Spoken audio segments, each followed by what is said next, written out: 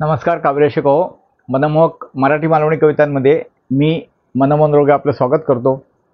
मित्रांनो, सध्या निवडणूक अगदी तोंडावर आली महाराष्ट्र विधानसभेच्या, आणि त्या निवडणुकीच्याच अनुषंगाने आपण एक निवडणूक विशेष असा उपक्रम सुरू केलेला आहे, ज्यात राजकीय सगळ्या कविता आहेत. त्यातल्या आतापर्यंत आपण 5-6 कविता 7-8 ऐकल्या असाल, आणि आता पुढे 2-4 आणखीन कविता आहेत त्या तुम्ही ऐकणार आहात. त्याच उपक्रमातील आज एक कविता सादर करतो. वादे म्हणजे फसवे इरादे. आपल्याला माहितीच आहे की निवडणुका आल्या की नेते भर प्रचार सभेत किंवा अगदी दारोदारी येऊन खूप तुम्हाला आश्वासने देतात, म्हणजे वादे करतात. हिंदीत वादे म्हणतात समजा.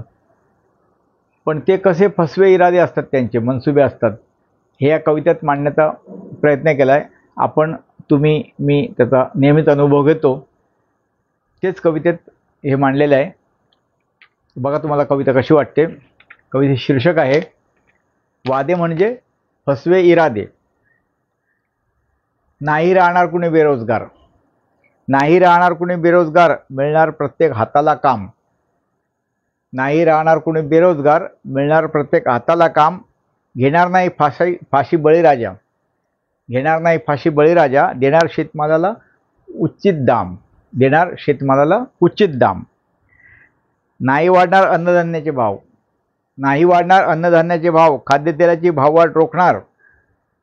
आम्ही सत्तेत आलो तर काय करणार? नाही वाढणार अन्नधान्याचे भाव, खाद्यतेलाची भाववाढ रोखणार. इंधनाचे दर आटोक्यात ठेवणार, इंधनाचे दर आटोक्यात ठेवणार. जीवनावश्यक वस्तू मुबलक पुरवणार, जीवनावश्यक वस्तू मुबलक पुरवणार.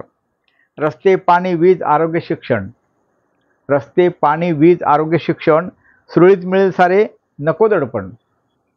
रस्ते पाणी वीज आरोग्य शिक्षण, सुरळीत मिळेल सारे नको दडपण. बालकीने ज्येष्ठांची काळजी घेऊन, बालकेने ज्येष्ठांची काळजी घेऊन करणार महिलांचे सबलीकरण, करणार महिलांचेही सबलीकरण. प्रचार सभेत सांगतात नेते सारे, प्रचार सभेत सांगतात नेते सारे, भर दिवसा मतदारांना दाखवतात तारे. प्रचार सभेत सांगतात नेते सारे, भर दिवसा मतदारांना दाखवतात तारे. निवडून येतात विसरतात वादे, निवडून येतात विसरतात वादे.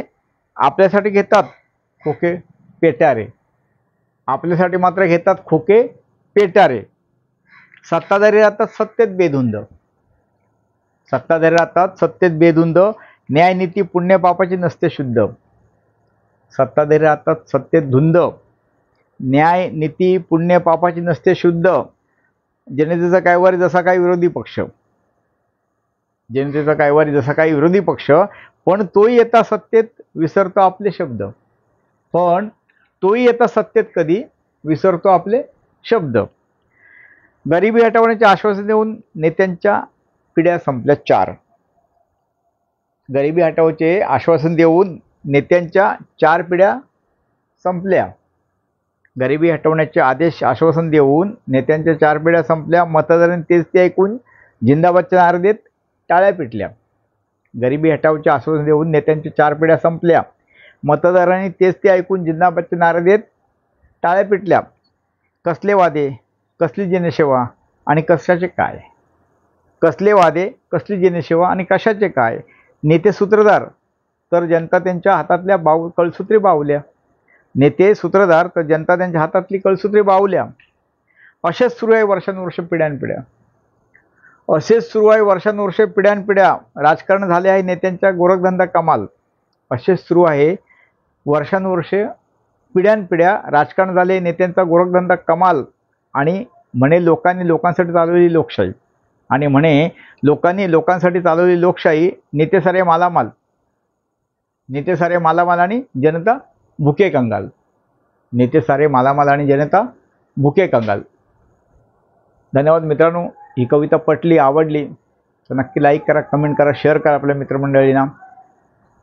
याच उपक्रमातल्या निवडणूक विशेष आधीच्या कविता आहेत, 6-7 झाल्यात, आणि पुढे 4-5 येतील. त्या कविता नक्की ऐका. तसेच आत्ता एक 15 दिवसापूर्वी नवरात्रीत एक उपक्रम केला आपण, जागर नवदुर्गाचा. 9 दुर्गा ज्या वेगवेगळ्या आहेत त्यांची माहिती आणि महती कवितेतून सांगितलेली आहे आणि त्या 9 वेगवेगळ्या महिलांनी आपल्या दुर्गांनी त्या कविता सादर केलेल्या आहेत त्या ऐका. त्याशिवाय आषाढी आणि कार्तिक एकादशीला 2 वर्षापूर्वी एक संत वंदना संत दर्शन असे 2 उपक्रम आपण घेतले होते, ज्यात आपण संतांची नेहमीच अभंग ऐकतो, पण त्या संतांची माहिती आणि महती घेऊन त्या अभंगातून संतांवरचे अभंग आहेत, संतांची महती सांगितलेली आहे. संत वंदना संत दर्शन तेही आपल्या चॅनलवर उपलब्ध आहेत दोन्ही उपक्रम.